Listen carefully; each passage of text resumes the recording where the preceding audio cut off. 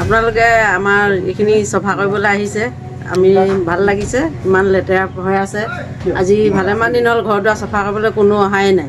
আমাৰ গোটেই লেতেৰা হৈ আছে। আজি আপোনালোকে আহিছে যে চফা কৰিবলৈ আমাৰ ভাল লাগিছে।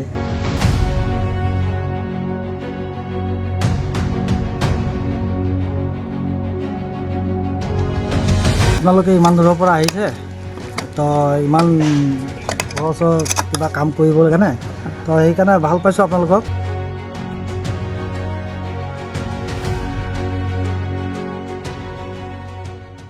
নমস্কাৰ, আপোনালোকে আমাৰ এইখিনি চফা কৰিবলৈ আহিছে, আমি ভাল লাগিছে। ইমান লেতেৰা হৈ আছে, আজি ভালেমান দিন হ'ল ঘৰ দুৱাৰ চফা কৰিবলৈ কোনো অহাই নাই। আমাৰ গোটেই লেতেৰা হৈ আছে। আজি আপোনালোকে আহিছে যে চফা কৰিবলৈ আমাৰ ভাল লাগিছে। মানে আপোনাৰ নামটো কি আছিলে? মোৰ নাম দীপা দাস চেত্ৰী। গাঁওখন বিহুবৰ গীতিচাইটি। কি ক'ব আৰু, আপোনালোকে ইমান দূৰৰ পৰা আহিছে, তো ইমান খৰচ কিবা কাম কৰিবলৈ কাৰণে, তো সেইকাৰণে ভাল পাইছোঁ আপোনালোকক। আৰু ইমান দূৰৰ পৰা আহিছে আমাৰ ইয়াত শিৱসাগৰ ডিষ্ট্ৰিক্ট, আপোনাৰ বিহুবৰ গীতিচাইটিঙত। তো আপোনালোকৰ দলটোৰ নাম আছিলে এপচু দল আছে। আপোনাৰ এইটো আহিছে, ধন্যবাদ মানে জ্ঞাপন কৰিছোঁ আপোনালোকে।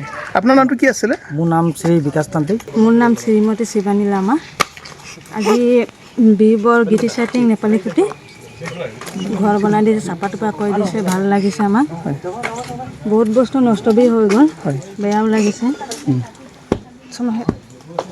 আপোনালোকে আহিলে ভাল লাগিলে, সেইটো ক'ব বিচাৰিছোঁ। আগৰ কোনো টিম অহা নাছিলে, আজি আপচুৱে যি কাম কৰি দিলে তাৰ কাৰণে ভাল পালে। মই তোমালোকক যে মোক চাফা কৰি দিছা, মই অশেষ ধন্যবাদ দিছোঁ। তোমালোকে আহি যে মোৰ এইখিনি কাম কৰি দিলা, বহুত ভাল কাম কৰিছা দেই তোমালোকে। আপোনাৰ নামটো কি আছিলে? মোৰ নাম প্ৰতিমা শইকীয়া। আপোনাৰ গাঁৱৰ নাম? বিহুবৰ 2 নং কুৱাৰী হয়।